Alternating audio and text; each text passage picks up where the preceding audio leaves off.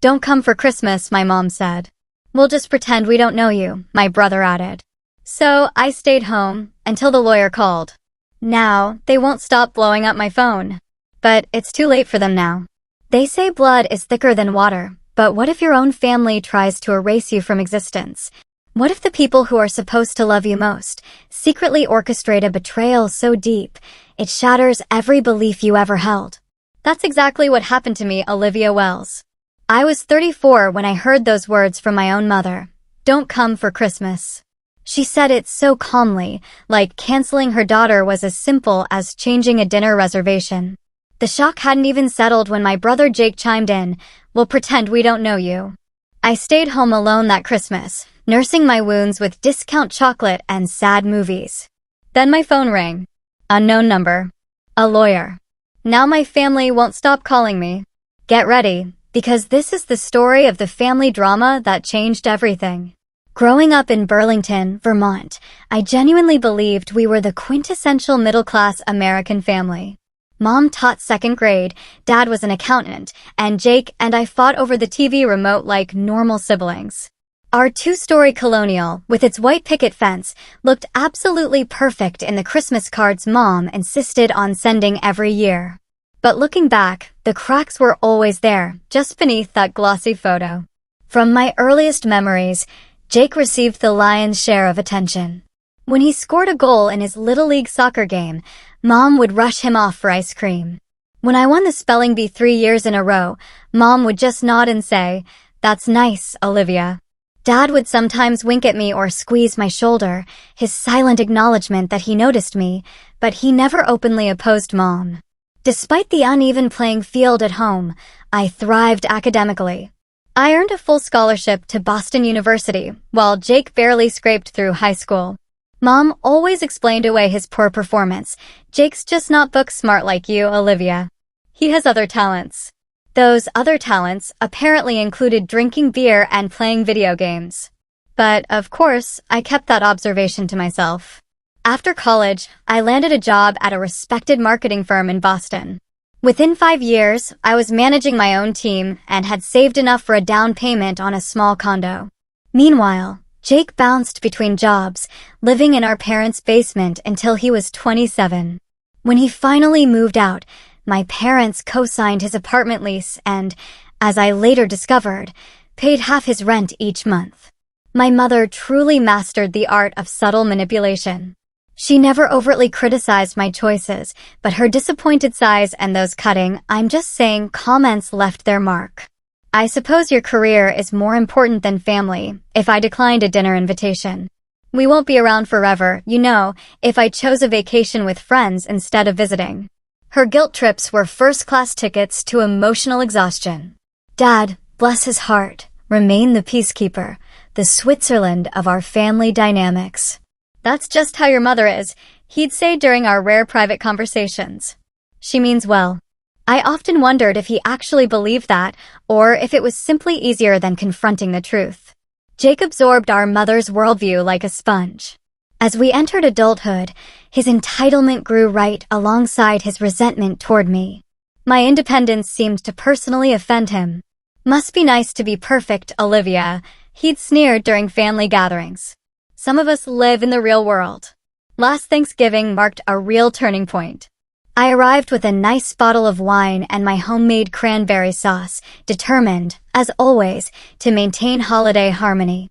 Then Mom announced she'd help Jake with the down payment for a new car, a sleek BMW that cost more than my first year's salary. When I dared to question whether that was financially prudent, given their approaching retirement, the table went silent.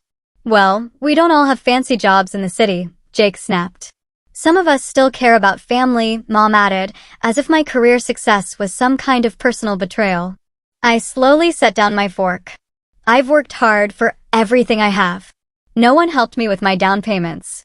"Oh, here we go with the self-made success story," Jake rolled his eyes. Mom quickly placed her hand on Jake's arm. "Let's not ruin dinner with money talk." That night, I lay awake in my childhood bedroom, staring at the glow-in-the-dark stars I'd stuck on the ceiling at age 12. Something had shifted. I finally realized I couldn't continue absorbing their barbs without setting some serious boundaries. Over the next few months, I limited my calls home to once a week instead of daily. I declined a weekend trip to help Jake move into his new, fancy apartment. I started saying no to last-minute requests to drive the 3 hours to Vermont because Mom really needed me to help organize her craft room, or Dad couldn't figure out how to set up his new printer. Each boundary I established seemed to increase my mother's resentment. "I gave up everything for you children," she said during one particularly tense phone call. "The least you could do is be there when we need you." Despite everything, I still hoped for reconciliation. As December approached, I pictured us sitting around the Christmas tree. Maybe not perfectly happy, but at least civil. I requested time off work, bought gifts for everyone, and even found an antique fishing lure for Dad's collection. I genuinely believed Christmas magic might soften the rough edges of our relationship. My life in Boston had become everything I'd worked for. My 10th floor condo overlooked the Charles River, my team at work respected me, and I'd cultivated friendships with people who celebrated my successes rather than resenting them. My best friend, Mia, often questioned why I still tried so hard with my family. "They sound toxic, Liv," she said over brunch in November. "You don't have to keep setting yourself on fire to keep them warm." "They're still my family," I replied, though the words felt hollow even to me. "It's complicated. Family should build you up, not tear you down," Mia insisted. "Blood doesn't excuse bad behavior." I changed the subject, unwilling to admit she might be right. Christmas was coming. Things would be better at Christmas. The call came on December 15th, just 10 days before Christmas. I was wrapping presents at my dining room table, Bing Crosby crooning from my speakers, a glass of eggnog at my elbow. Mom's name flashed on my phone screen. "Hi, Mom," I answered cheerfully. "I was just wrapping your gift." "About Christmas," she began, her voice oddly detached. "We've been thinking it might be better if you don't come this year." The scissors slipped from my hand, clattering on the hardwood floor. "What? Why?" "Things have been so tense lately. We thought everyone might enjoy the holiday more if we just took a break from all the drama." "Drama? What drama?" My throat tightened. "I've barely seen you since Thanksgiving." "That's exactly what I mean, Olivia. You've been so distant. Jake says he feels like he can't even talk to you anymore without you judging him." As if summoned, my brother's voice came on the line. "Hey, sis. No hard feelings, right? We just want a peaceful Christmas. Maybe next year when you're in a better headspace." "A better headspace?" I repeated, absolutely dumbfounded. "Yeah, less critical of everyone. Mom and Dad aren't getting any younger. They don't need the stress. We'll just pretend we don't know you this Christmas," he added with a chilling chuckle, as if he'd made a joke. My mother sighed. "Don't be dramatic, Jake. Olivia understands, don't you, dear? It's just one Christmas." The conversation ended shortly after. I sat amid scattered wrapping paper and ribbon, my hands shaking. The casual cruelty of it all left me breathless. They weren't just uninviting me, they were blaming me for it. I called my father an hour later, desperately hoping for some explanation or support. "Dad, what's going on?" "Mom just told me not to come for Christmas." His voice sounded tired. "Your mother thinks it's for the best, Livy." "But why? What did I do?" "You know how she gets when she feels criticized, and Jake's been going through a rough patch at work. It's just easier this way." "Easier for who?" "Not for me." My voice cracked. "Try to understand, Livy. Sometimes it's better to keep the peace." "By excluding your daughter at Christmas," he sighed. "I should go. Your mother needs help with dinner." After hanging up, I poured myself another eggnog, this time with a generous splash of rum. I scrolled through photos from last Christmas, Mom beaming as Jake opened the expensive watch they'd given him, Dad carving the turkey, me smiling too brightly in the background. Had I imagined that things were okay? Were there signs I'd missed? The next morning, I called Mia. "They did what?" she exclaimed after I explained. "That's beyond messed up, Liv. Maybe they're right. Maybe I have been judgmental. Stop that right now. They're gaslighting you. Come to my place for Christmas. My mom already loves you more than me anyway." Other friends extended similar invitations when they heard. Everyone was appalled on my behalf, which provided some validation that I wasn't overreacting. Still, the rejection cut deep. This wasn't the first painful holiday. 3 years ago, Mom forgot to tell me they'd changed Christmas dinner to Christmas Eve, so I arrived to find them finishing dessert. 5 years ago, Jake's girlfriend received a personalized stocking while mine was still packed away because we didn't think you'd bring someone. But this outright exclusion was unprecedented. As Christmas approached, I made the difficult decision to spend it alone. Mia's family gathering would only highlight what I'd lost. Other friends' invitations, while genuine, felt like charity. I needed to face this pain head-on and find my own way through it. The depression crept in slowly, then all at once. I stopped decorating midway, leaving a half-trimmed tree in my living room. I returned most of the gifts I'd bought. My appetite disappeared and sleep became elusive. I took long walks through Boston, watching other families' preparations with a hollow feeling in my chest. Still, I was determined not to wallow. I volunteered at a local shelter on Christmas Eve, serving dinner to people who had far greater problems than family drama. I scheduled a movie marathon for Christmas Day, prepared a small but special meal for myself, and bought a nice bottle of wine. I would create new traditions. I would survive this. Then came the social media posts. Mom's carefully curated Christmas photos appeared on Facebook on December 25th. The traditional family photo in front of the tree included a face I didn't immediately recognize: Cindy Pearson, our wealthy neighbor whose husband owned half the car dealerships in Vermont. She stood where I should have been, grinning between my brother and my father. More photos followed: Cindy helping Mom in the kitchen, Cindy opening a gift, Cindy raising a toast at dinner. Each image was a dagger. I hadn't been uninvited to make Christmas more peaceful. I'd been replaced. Messages from extended family trickled in throughout the day. Missed you at Christmas. Hope you're not sick, texted my cousin Amber. Your mom said you had to work. That's rough, wrote my Uncle Steve. They hadn't even told the truth about my absence. Something deeper was happening, something that made my stomach twist with unease. Christmas Day stretched before me like an endless desert. I woke early, habit rousing me at 7 a.m., as it did every December 25th since childhood. The silence in my apartment felt oppressive: no excited voices, no smell of Mom's cinnamon rolls, no rustle of wrapping paper. I forced myself through the motions of my planned solo Christmas: coffee with a splash of eggnog, a video call with Mia before she joined her family celebrations, French toast for breakfast eaten while watching It's a Wonderful Life, my sock-covered feet propped on the coffee table. My phone pinged constantly with texts from extended family.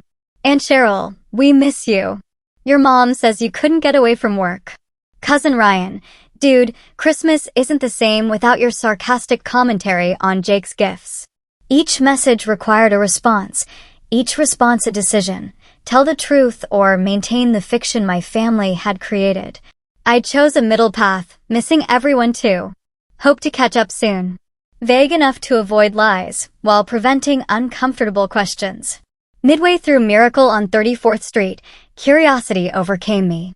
I opened Instagram to see more of my family's Christmas without me. There was Cindy Pearson again, her diamond jewelry catching the light as she held up a gift. The caption read, "So blessed to have Cindy join our family Christmas this year."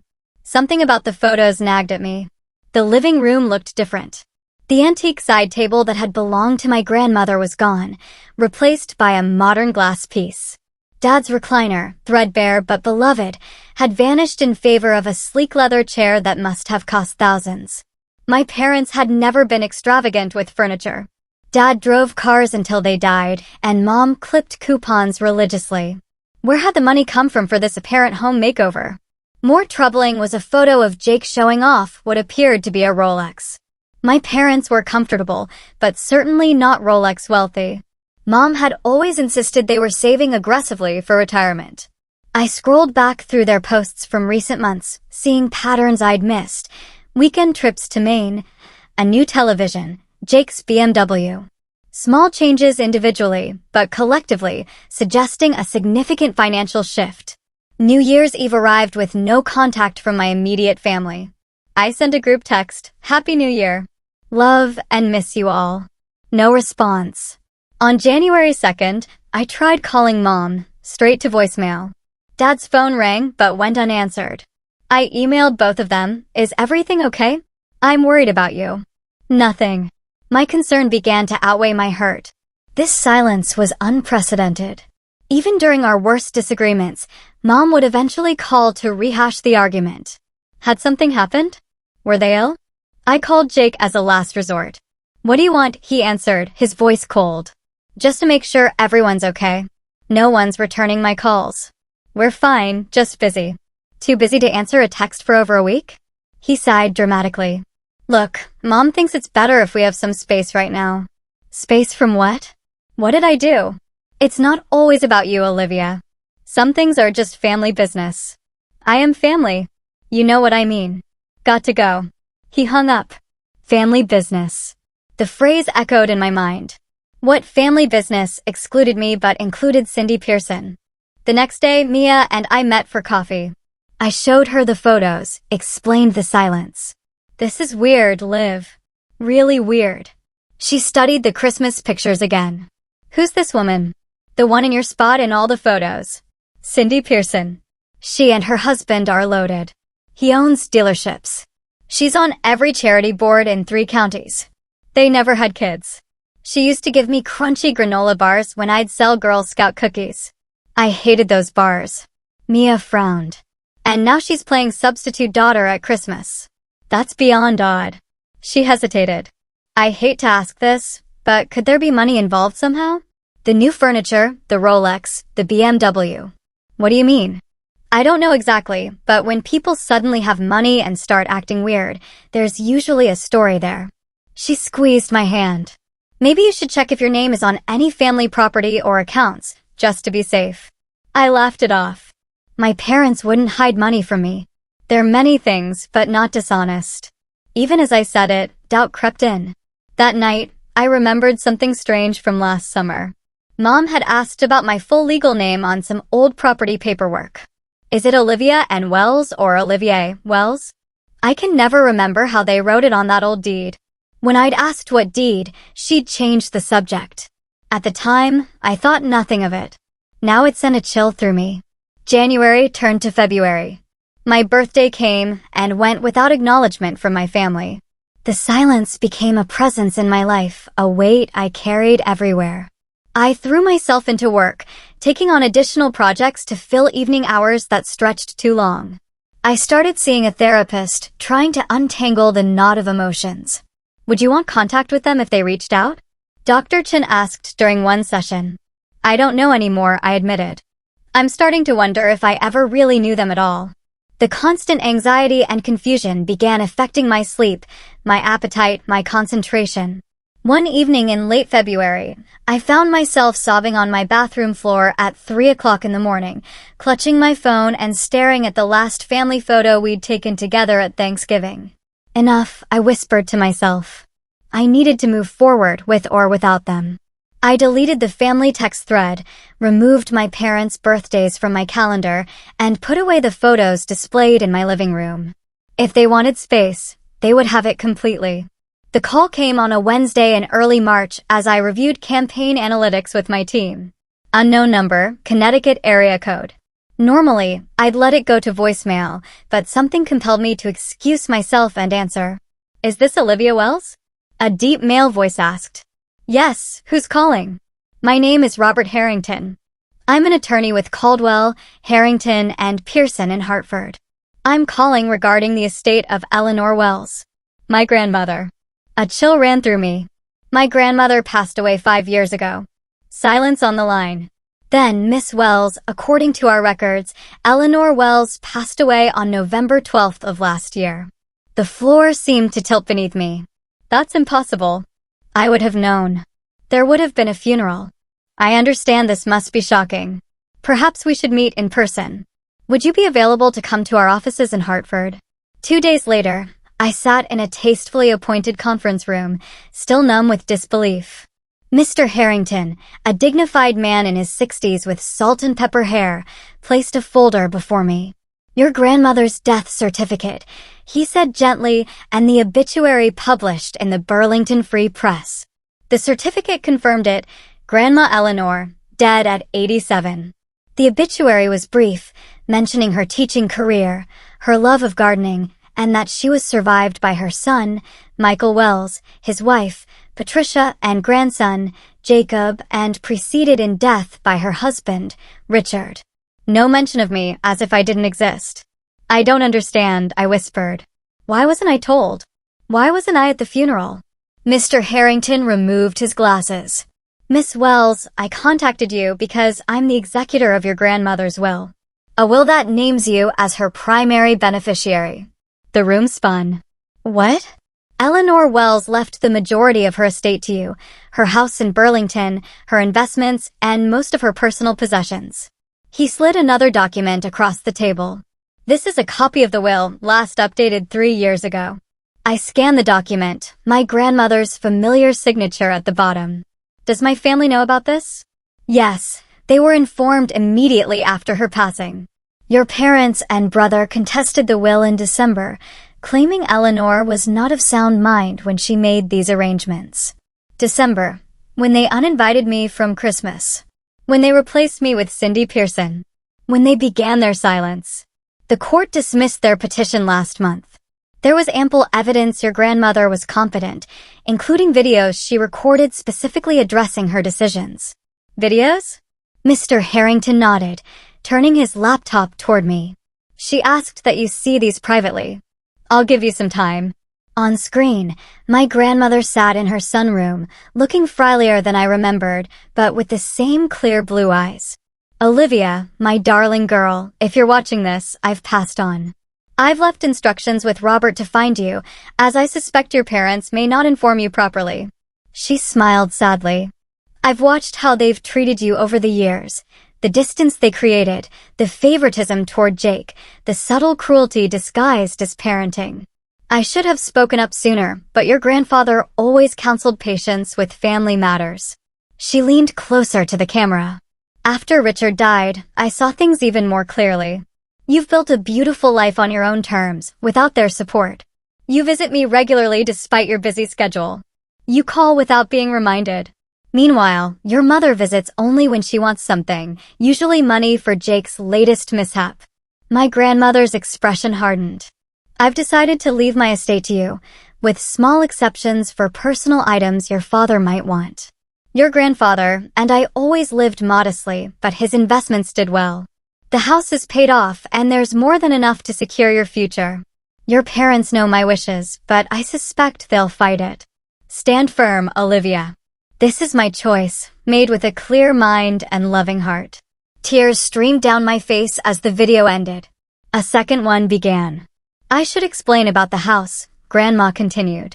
Your mother has been borrowing against it for years, using a power of attorney I foolishly granted when I had my hip replacement. Small amounts at first, then larger sums as Jake's financial troubles grew. I only discovered this recently. I've now revoked that power and updated my will, but the damage is substantial. I've instructed Robert to investigate fully. 3 more videos followed, Grandma recounting specific instances demonstrating her mental acuity, Grandma explaining why she'd left Jake only a small cash bequest, Grandma showing the collection of antique jewelry she wanted me to have, including her engagement ring. When Mr. Harrington returned, I could barely speak. They knew I finally managed. They knew she'd left everything to me, and they hid her death. They held a funeral without me. I'm afraid so. When we couldn't locate you at the address we had on file, your mother claimed you'd moved overseas. It was only when our investigator found your current information that we learned the truth. The timing, I whispered. They uninvited me from Christmas right after they contested the will. He nodded. The initial hearing was December 14th. The court required family financial disclosures, which revealed some concerning transactions. Your parents have remortgaged their home and taken significant loans. Your brother has several maxed credit cards in your parents' names, and they've been using your grandmother's house as collateral without her knowledge. The pieces were all falling into place. The new furniture, Jake's BMW, the weekend trips. Correct. We've frozen those activities now, but considerable damage was done. There's also the matter of personal items removed from the house after your grandmother's passing, but before the court sealed the property. The antique side table, probably other valuable pieces I hadn't noticed in the photos. What happens now? I asked. The house and remaining assets transfer to you. There will be tax considerations we should discuss, and you'll need to decide what to do about the unauthorized financial activities. You mean press charges against my own parents? Mr. Harrington's expression was compassionate but firm. That's entirely your decision, Miss Wells. But what they did wasn't just morally questionable. It was illegal. I left his office with a thick folder of documents and a heavier heart than when I'd arrived. My grandmother gone without a chance to say goodbye. My family revealed as not just emotionally manipulative, but potentially criminal. And me, suddenly the owner of property and investments I never expected. In my hotel room that night, I sobbed until no tears remained. Not just for Grandma Eleanor, though that grief was raw and fresh. I mourned the family I thought I had. The parents I believed, despite their flaws, loved me. I grieved the brother who'd played tag with me in the backyard before he learned to resent me. As I finally drifted towards sleep, my phone lit up with a text notification. My mother, we need to talk. Call us immediately. Then another. This is all a misunderstanding. Please call. And another. Your father isn't well. You're breaking his heart. After months of silence, now they couldn't reach me fast enough. The texts continued through the night and into the next morning. From Mom, that lawyer doesn't understand our family situation. From Dad, please call Libby. We can explain everything. From Jake, way to go, sis. Always have to be the special one, don't you? I silenced my phone and met with Mr. Harrington again to sign preliminary paperwork. By afternoon, I was driving back to Boston, the reality of my inheritance still sinking in. Grandma's house, valued at nearly $400,000 despite the loans taken against it. Investment accounts totaling over $600,000. Personal items including jewelry appraised at $75,000. I had never expected such wealth. Never planned my life around an inheritance. When I turned my phone back on at home, there were 17 missed calls and 32 text messages. My mother had even contacted Mia through Facebook, asking her to have me call home for an urgent family matter. I took a deep breath and called my parents' landline, putting the call on speaker as I paced my living room. Mom answered on the first ring. Olivia, thank God. We've been trying to reach you. I know there's been a terrible misunderstanding with your grandmother's estate. That lawyer has it all wrong. What exactly does he have wrong, Mom?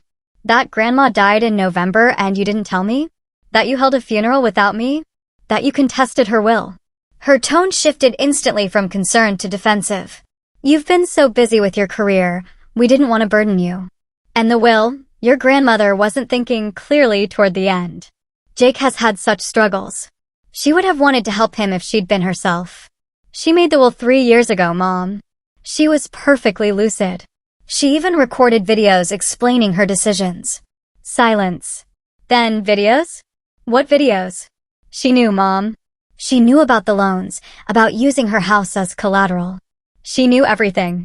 That's ridiculous. Your father had power of attorney. Everything was perfectly legal. She revoked that power of attorney last year. The transactions after that were fraud. More silence. I heard muffled voices. Then my father came on the line. Libby, listen. Your mother's upset. We all are. Can we please talk about this in person? As a family?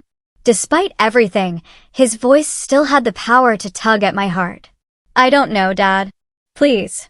Sunday brunch at the Hilton in Cambridge. Neutral ground. Just talk. That's all we're asking. I agreed, against my better judgment and Mr. Harrington's advice. The attorney insisted on accompanying me, but would wait separately in the hotel lobby, available if needed. Sunday arrived, cold and rainy, matching my mood. I arrived early, secured a quiet table in the corner of the restaurant, and ordered coffee to steady my nerves. At precisely 11, my parents and Jake walked in. Mom looked thinner than at Thanksgiving, strain evident in the tight lines around her mouth. Dad seemed to have aged years in months, his shoulders slumped. Jake, by contrast, still wore his entitled confidence like expensive cologne, along with what appeared to be a new designer watch. Olivia. Mom nodded stiffly as they sat. Dad reached across the table for my hand, but I kept mine wrapped around my coffee cup. You look well, Libby. Jake snorted. Yeah, inheritance agrees with her. Jake, Dad warned. A server appeared to take their drink orders, providing a momentary reprieve from the tension. Once he departed, Mom leaned forward. We need to discuss the situation like adults, she began. Your grandmother was confused about family finances. Your father helped manage her affairs for years until she revoked his authority. I'd call it a misunderstanding. She signed papers without reading them properly. The videos suggest otherwise. Mom's smile tightened. Elderly people are easily influenced. Who knows what that lawyer told her to say? She recorded those videos over a year ago, Mom. Before she revoked Dad's power of attorney. Before she discovered the unauthorized loans. Unauthorized? Your father is her son. Family helps family. Her voice rose slightly, drawing glances from nearby tables. She lowered it again. Everything we did was for this family. Sometimes that meant helping Jake when he needed it. And what about when I needed help? The question slipped out before I could stop it. You've always been so independent, Dad said quickly. So capable. Jake needed more support. You mean Jake demanded more support? I corrected. And you gave it to him, even when it meant stealing from Grandma. Jake slammed his hand on the table, rattling the silverware. There you go again, little Miss Perfect. You think you're so much better than me. Newsflash, not everyone gets everything handed to them on a silver platter. I stared at him incredulously. What exactly was handed to me? The scholarship I worked for? The job I earned? The condo I saved for? Meanwhile, you've had every advantage: private tutors, sports camps, car down payments, rent subsidies, children. Mom interjected. This isn't productive. I'm not a child, I replied. I'm 34 years old, and I'm only now seeing my family clearly for the first time. Dad looked pained. Libby, we've made mistakes. We can admit that. But we're still family. Surely we can find a solution that works for everyone. What solution did you have in mind? I asked, though I already knew. Mom answered. Your grandmother's house has been in the family for generations. It should stay that way. The investments could be divided equally between you and Jake. It's only fair. Fair? I repeated. Was it fair to hide Grandma's death from me? To hold her funeral without me? To pretend I didn't exist in her obituary? You're being dramatic, Jake said. It's always the Olivia show. No. I stood up suddenly, calm in my anger. It's never been the Olivia show. It's always been the Jake show, with Mom as producer and Dad as the silent sponsor. Well, the show's been canceled. Sit down, Mom hissed. People are staring. Let them stare. I'm done performing for this family. I gathered my purse. Grandma made her choices for a reason. I'm honoring them. Dad reached for my arm. Please, Libby. Your mother and I are struggling. The house, our retirement.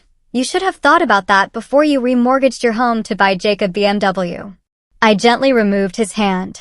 I'll have my lawyer contact you about retrieving Grandma's personal items that were removed from her house. As I walked away, Mom called after me. If you do this, if you don't help your family, don't ever expect to be welcomed back. I turned at the door. You already uninvited me from Christmas, Mom. I think we're past welcome. The fallout was swift and widespread. Within days, extended family members began taking sides. Aunt Cheryl called to tell me I was breaking my mother's heart. Uncle Steve suggested a compromise for family peace. Cousin Ryan texted that he'd never thought I could be so cold. Only my father's sister, Aunt Helen, reached out with different sentiments. Eleanor told me what she planned to do, she said during our call. She was of sound mind and knew exactly what she wanted. Don't let them gaslight you, Olivia. Meanwhile, my parents launched what could only be described as a smear campaign. Old family friends contacted me with concerns about my mental state. My mother wrote a vague Facebook post about the pain when children turn against the parents who sacrificed everything for them, generating dozens of sympathetic comments. Jake went further, sending me increasingly threatening messages about family loyalty and how I would regret this betrayal. When I blocked his number, he created new email accounts to continue his harassment. The pressure was almost unbearable. I woke each morning with a knot in my stomach, checking my phone with dread. My therapist suggested temporary anxiety medication to help me weather the storm. Mia and a few close friends formed a protective circle, screening messages and fielding calls when I couldn't face another confrontation. Through it all, I struggled to maintain my professional composure at work. My team noticed my distraction, my lack of enthusiasm for projects that would normally excite me. I finally confided in my boss, who responded with unexpected compassion, approving additional personal days and connecting me with the company's legal resources. 6 weeks after the brunch confrontation, I reached my breaking point when Jake showed up at my office building, causing a scene in the lobby. Security removed him, but not before he shouted accusations about my theft of family property. That night, I made a decision that felt simultaneously terrifying and liberating. I would establish firm boundaries through legal channels. Mr. Harrington filed for a restraining order against Jake. He sent formal cease and desist letters regarding my parents' public statements, and he initiated proceedings to recover the items removed from my grandmother's house, with the option to press charges still on the table. This isn't about punishment, I told him during a call. It's about protection. Mine and my grandmother's wishes. I understand, he replied. And for what it's worth, I think Eleanor would be proud of your resolve. For the first time since that fateful December phone call, I allowed myself to believe that might be true. April brought the first signs of spring to Boston and new developments in my unexpected inheritance saga. Mr. Harrington connected me with a financial advisor specializing in sudden wealth. Together, we created a plan for the investment accounts that honored my grandmother's practical nature while securing my future. Meanwhile, the legal boundaries began having their intended effect. Jake's threatening messages stopped after the restraining order. My parents' social media campaign quieted following the cease and desist letters. The public drama receded, leaving space for more private healing. I started weekly therapy sessions, unpacking decades of family dynamics with Dr. Chen. What you're experiencing is a form of grief, she explained during one session. Not just for your grandmother, but for the family you thought you had. Is it wrong that sometimes I feel relieved? I asked, like a weight has been lifted? That weight was the burden of trying to earn love that should have been freely given. Relief is a natural response. As my emotional health improved, I made decisions about the tangible assets I'd inherited. I hired a property manager for Grandma's house, unwilling to sell it, yet equally unwilling to live in Burlington so close to my parents. The manager reported significant items missing, confirming my suspicions about what had disappeared between Grandma's death and the property being legally transferred. Through his attorney, my father eventually agreed to return several pieces: the antique side table, Grandma's collection of first edition books, and a painting by a local Vermont artist that had hung in her dining room. Each item arrived carefully packed, with a handwritten note from Dad: "I'm sorry, Libby, for everything." No signature, just those 6 words that simultaneously touched and infuriated me. The practical aspects of the inheritance provided structure, but the emotional landscape remained rocky. Extended family gatherings loomed as potential minefields. Holiday plans became complicated calculations. Even casual conversations with acquaintances could turn awkward if they asked about my family. My support system proved invaluable during this time. Mia accompanied me on a difficult weekend trip to Burlington to assess Grandma's house. My coworker, Thomas, whose own family had disowned him when he came out, offered perspective and gallows humor. My running group provided physical outlets for emotional stress. Slowly, I built a chosen family around me. In late May, I received an unexpected message from my cousin Amber. We'd been close as children, but had drifted apart in adulthood. "I need to tell you something," she wrote. "Your mom called my mom, trying to get her to pressure you about the inheritance. When Mom refused, your mom said some awful things about you. Really awful, Liv. My mom finally told her that maybe the problem wasn't you at all, but how they've treated you. They haven't spoken since." It was a small vindication, but meaningful. Others were beginning to see what I'd experienced for years. June brought another surprise. An email from Cindy Pearson, the woman who had replaced me at Christmas. "Olivia, I owe you an apology. I had no idea you weren't invited to the family Christmas. Your mother told me you had chosen not to come because you were too busy with your career. I would never have attended had I known the truth. Even more disturbing, I've recently learned they approached me primarily because of my connections with estate attorneys. I'm truly sorry for my unwitting role in this painful situation. The email confirmed what I'd suspected. My replacement had been strategic, not just cruel.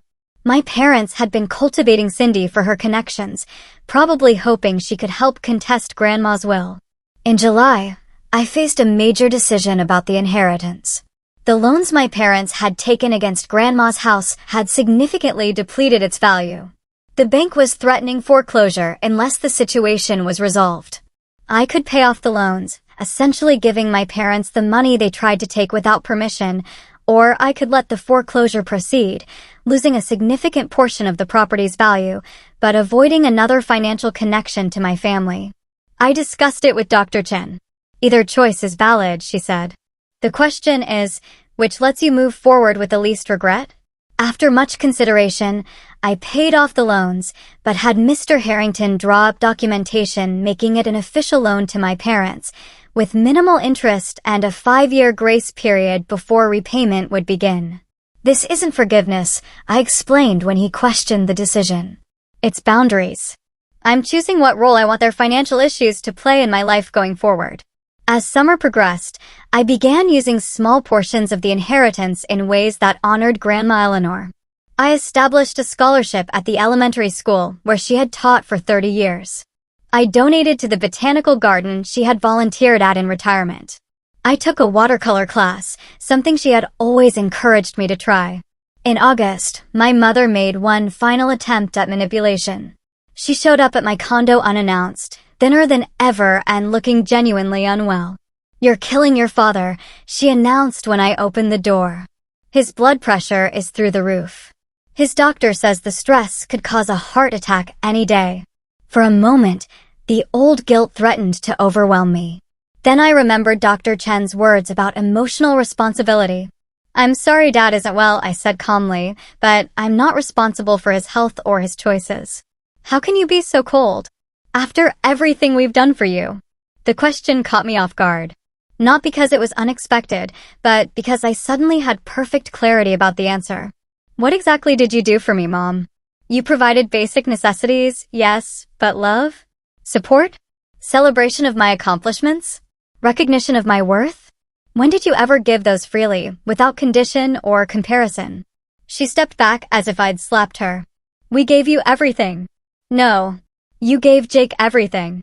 You gave me obligations and criticism disguised as parenting." "That's not true. We always loved you. We just showed it differently because you were stronger." "I wasn't stronger. I just learned early that I couldn't count on you, so I built my strength out of necessity." Her face hardened. "If that's how you choose to see your childhood, there's nothing I can say." "You're right about that." I held the door. "Please don't come here again without calling first." As she walked away, I called after her. "If Dad truly needs medical attention, I hope he gets it, but don't use his health as a weapon against me again." It was the most honest conversation we'd ever had, and likely the last for a very long time. September marked 9 months since the Christmas rejection and 6 months since learning of my inheritance. As the anniversary of Grandma's death approached, I made a decision that felt both terrifying and necessary. I would use part of the inheritance to establish the Eleanor Wells Foundation for Educational Equity, providing resources to first-generation college students. She believed education was the greatest gift, I told the attorney helping set up the foundation. And she would have wanted her legacy to open doors for others the way she always tried to open them for me. As summer faded into fall and another holiday season approached, I found myself reflecting on the profound changes of the past year. The family I had longed to please was now largely absent from my life. The inheritance I never expected had given me not just financial security, but a painful kind of freedom. The grandmother I had loved had protected me one final time from beyond the grave.